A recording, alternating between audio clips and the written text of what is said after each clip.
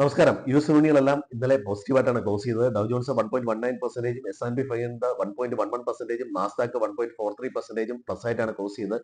യുദ്ധം നിർത്തുന്നു എന്നുള്ള വാർത്തയാണ് എല്ലാ മാർക്കറ്റുകൾക്കും യു.എസ് വിപണികൾക്കും എല്ലാം പോസിറ്റീവായത്. അതേ തുടർന്ന് വിപണികളെല്ലാം ഇന്നലെ പോസിറ്റീവായിട്ടാണ് ക്ലോസ് ചെയ്തത്.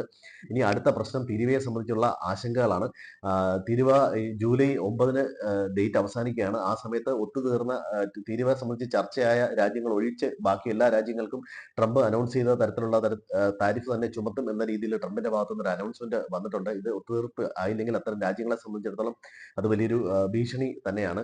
ഇനി യുദ്ധത്തെ സംബന്ധിച്ച് ഇനി ഏത് രീതിയിലാണ് ചർച്ചകൾ പുരോഗമിക്കുന്നത് എന്നത് വളരെ നിർണായകമാണ്. ഇനി ഇത് ലംഘിക്കുകയോ മറ്റോ ചെയ്തു കഴിഞ്ഞാൽ വീണ്ടും മാർക്കറ്റിനെ സംബന്ധിച്ച് അത് മോശമായി തീരാൻ സാധ്യതയുണ്ട്. ഇപ്പൊ രണ്ടാം ദിവസവും ആയിട്ടും ഇറാനും ഇസ്രായേലും തമ്മിൽ വേറെ യാതൊരുവിധ വെടിനിർത്തൽ ലംഘനങ്ങളും ഉണ്ടായില്ല. ഇത് മാർക്കറ്റിനെ സംബന്ധിച്ച് വളരെയധികം പോസിറ്റീവാണ്. ഇന്ന് ഏഷ്യൻ വിപണികൾ ഓപ്പൺ ചെയ്തത് വളരെ പോസിറ്റീവിലാണ്. പക്ഷേ ഇപ്പോൾ നെഗറ്റീവിലേക്ക് വന്നിരുന്നു. GNX നിഫ്റ്റിയും ഏതാണ്ട് 80 പോയിന്റോളം പ്ലസിലാണ് ഇപ്പോൾ ട്രേഡിംഗ് നടന്നുകൊണ്ടിരിക്കുന്നത്. US ഫ്യൂച്ചേഴ്സും ഫ്ലാറ്റ് ആയിട്ടാണ് ഇപ്പോൾ നിൽക്കുന്നത്.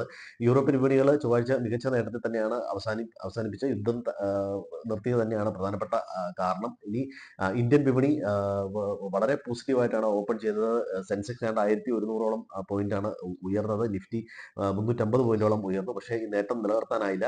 ഈ നിഫ്റ്റി 25,044-ലും സെൻസെക്സ് 82,055-ലും 0.5% താഴെ ഉള്ള പ്രകടനം മാത്രമേ കാഴ്ചവെക്കാൻ സാധിച്ചുള്ളൂ. ഇതിന്റെ പ്രധാനപ്പെട്ട കാരണം ട്രംപ് വെടിനിർത്തൽ പ്രഖ്യാപിച്ച് മണിക്കൂറുകൾക്കകം ഇറാനിൽ നിന്ന് ഇസ്രയേലിലേക്ക് മിസൈല് വർഷിച്ചതും അതേ തുടർന്ന് കനത്ത തിരിച്ചടി നൽകാൻ നിർദ്ദേശം നൽകിയതായിട്ട് ഇസ്രായേൽ പ്രതിരോധ മന്ത്രിയുടെ ഭാഗത്തുനിന്നൊരു നിർദ്ദേശം ഉണ്ടായതും മാർക്കറ്റിനെ മോശമായിട്ട് ബാധിച്ചു. അതുകൂടാതെ തന്നെ ഇറാൻ ഇത് നിഷേധിച്ചിട്ടുണ്ടെങ്കിലും ഈ വെടിനിർത്തലിലുള്ള ഫലപ്രാപ്തിയിൽ നിക്ഷേപകർക്ക് സംശയം ഉണ്ടായിട്ടുണ്ട്. അതുപോലെ തന്നെ ഇത്തരം അനിശ്ചിതത്വങ്ങൾ കൂടുതൽ പ്രോഫിറ്റ് ബുക്കിങ്ങിന് കാരണമായതും മാർക്കറ്റിന് ഇത്രയും പോസിറ്റിവിറ്റി നഷ്ടപ്പെടാനൊരു കാരണമായിട്ടുണ്ട്. ഇതുകൂടാതെ എക്സ്പയറി റിലേറ്റഡ് വോളറ്റാലിറ്റി മാർക്കറ്റിൽ ഇന്നലെ കണ്ടിരുന്നു. ഈ PSU, മെറ്റൽ, പ്രൈവറ്റ് ബാങ്ക് ഒക്കെ പോസിറ്റീവ് ആയപ്പോൾ മീഡിയ, ഓയിൽ ആൻഡ് ഗ്യാസ് ഒക്കെ നെഗറ്റീവായിട്ട് ക്ലോസ് ചെയ്തു. അതുപോലെ ഫെഡിന്റെ അടുത്ത മീറ്റിംഗിൽ റേറ്റ് കട്ടിനുള്ള പ്രതീക്ഷ പലരും വെച്ചു പുലർത്തുന്നുണ്ട്. ഇത് US വിപണിയെ സംബന്ധിച്ച് പോസിറ്റീവാണ്. പണപ്പെരുപ്പം കുറയുകയും തൊഴിൽ ഡേറ്റ പോസിറ്റീവ് ആകുകയും സംഭവിച്ചാൽ ഈ ട്രംപിന്റെ താരിഫ് തരത്തിലുള്ള അനിശ്ചിതത്വം ഒഴിവാക്കാൻ കഴിയുമെന്ന തരത്തിലൊരു ഫെഡ് ഗവർണറുടെ ഭാഗത്തുനിന്നൊരു അനൗൺസ്മെന്റും വന്നിട്ടുണ്ട്. ഇനി ഫോറിൻ ഇൻസ്റ്റിറ്റ്യൂഷന്റെ പാർട്ടിസിപ്പേഷൻ നോക്കിയാൽ ഫ്യൂച്ചേഴ്സിൽ FIIs വീണ്ടും ഷോർട്ട് പൊസിഷൻ ആഡ് ചെയ്തിട്ടുണ്ട്. ക്ലൈന്റ് ലോങ് പൊസിഷൻ ആണ് ആഡ് ചെയ്തിരിക്കുന്നത്.